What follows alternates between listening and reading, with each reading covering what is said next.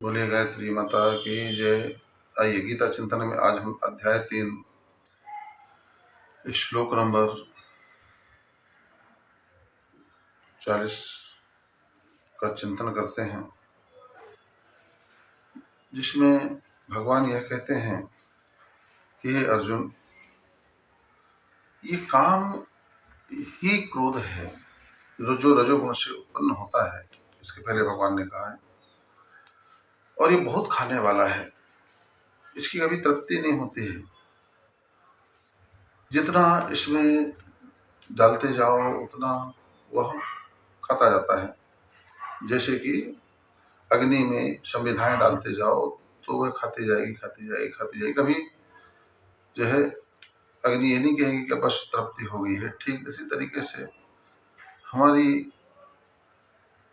कामनाएं कभी पूर्ण होने वाली नहीं है, ये सदा खाने वाली है। तात्पर्य यह है कि भोगो न भुक्ता वयमेव भुक्ता, तपो न तप्ता वयमेव तप्ता। भोगों से सोचे व्यक्ति कभी तृप्ति हो जाएगी तो संभव नहीं है। इसलिए जब कभी भी व्यक्ति को भोगों के ऊपर अंकुश ही लगाना पड़ेगा, उसका दमन ही इंद्रियों का करना पड़ता है सर्वप्रथम। इसके बाद में जब मन हमारा आत्मा का आनंद लेने लग जाता है तो स्वाभाविक रूप से फिर वह इंद्रियों के सुख की तरफ जो है नहीं जाता है। और आगे वाले श्लोक में 40वें श्लोक में भगवान कहते हैं, इंद्रियाणि मनोर्बुद्धिर्षाधिष्ठानम् उच्यते एतैर्विमोह्यत्येष ज्ञानमावृत्य देहिनम्। ये इसके वासस्थान कौन कौन से हैं? भगवान कहते हैं इंद्रिय, मन और बुद्धि, ये सब इसके वासस्थान कहे जाते हैं। यह काम इन मन, बुद्धि और इंद्रियों के द्वारा ही ज्ञान को आच्छादित करके जीवात्मा को मोहित करता रहता है। जिस तरीके से किसी व्यक्ति को भटकाया जाए, सही रास्ता ना देखने दिया जाए। कोई व्यक्ति सही रास्ता चलता है तो 3 लोग 4 लोग मिल जाएं, अरे नहीं नहीं नहीं भैया, कहाँ जा रहे हो उस रास्ते से? तुम ये देखो, ये रास्ता है, ये बढ़िया रास्ता है, ये बढ़िया रास्ता है, अरे इधर चल के देखो, बड़ा मजा आ जाएगा, बड़ा आनंद आ जाएगा। तो वह व्यक्ति मूल मार्ग से भटक करके और दूसरे मार्ग पर वह चल देगा, मगर मंजिल उन रास्तों से मिलने वाली नहीं है। ठीक इसी तरह से मन, बुद्धि और ये इंद्रियां हमारा जो गंतव्य है, हमारी जो मंजिल है, जिस मार्ग पर हम चलते हैं, जो वास्तव में पूर्ण आनंद को, पूर्ण सुख को पाने के लिए जिस मार्ग पर हम चलते हैं, उस मार्ग से ये भटका देते हैं और भटका करके जो हमें ये कामना, वासना और संसार के सुख दुख में उलझा देते हैं।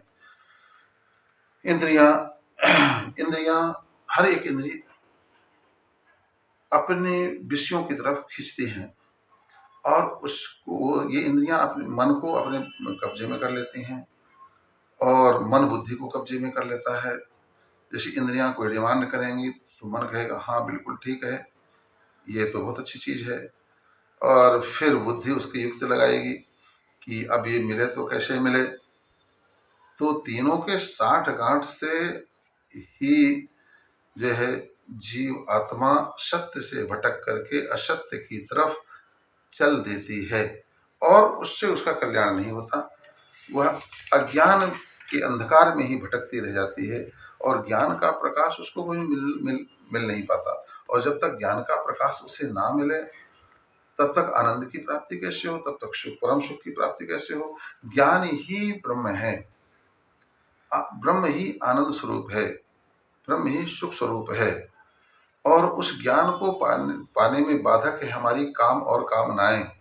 ये काम और कामनाएं हमारी मन को, हमारी बुद्धि को, हमारी इंद्रियों को अपने वश में कर लेती हैं और इनको, कामनाओं के जो है चंगुल से निकालने का नाम ही साधना है।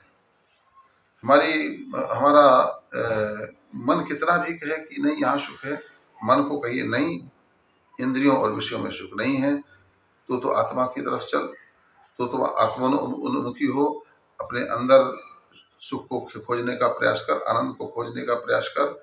और जबरदस्ती वो जो है, जैसे कि एक बच्चा भागता है रोड की तरफ, हाईवे की तरफ, जिसका घर जो हाईवे के किनारे होता है ना, तो उस माताओं को बड़ी कठिनाई होती है अपने बच्चे को सँभालने में। बच्चा तो बच्चा है, वो रोड की तरफ भागता है, उसे पता नहीं कि एक्सीडेंट हो जाएगा।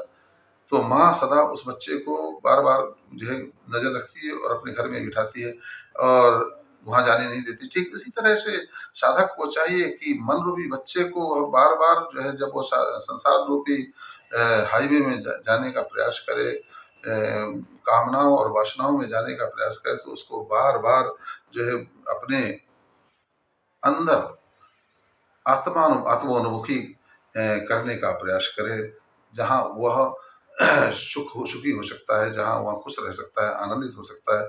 संसार तो ऊपर से केवल सुख दिखाता है, मगर देता कभी नहीं है। संसार में जब कभी भी आप सुख लेने के लिए जाएँगे, तो आप दुखी ही हो जाएँगे। इसलिए सुख चाहिए तो अंतर्मुखी होइए। बोलिए गायत्री माता की जय।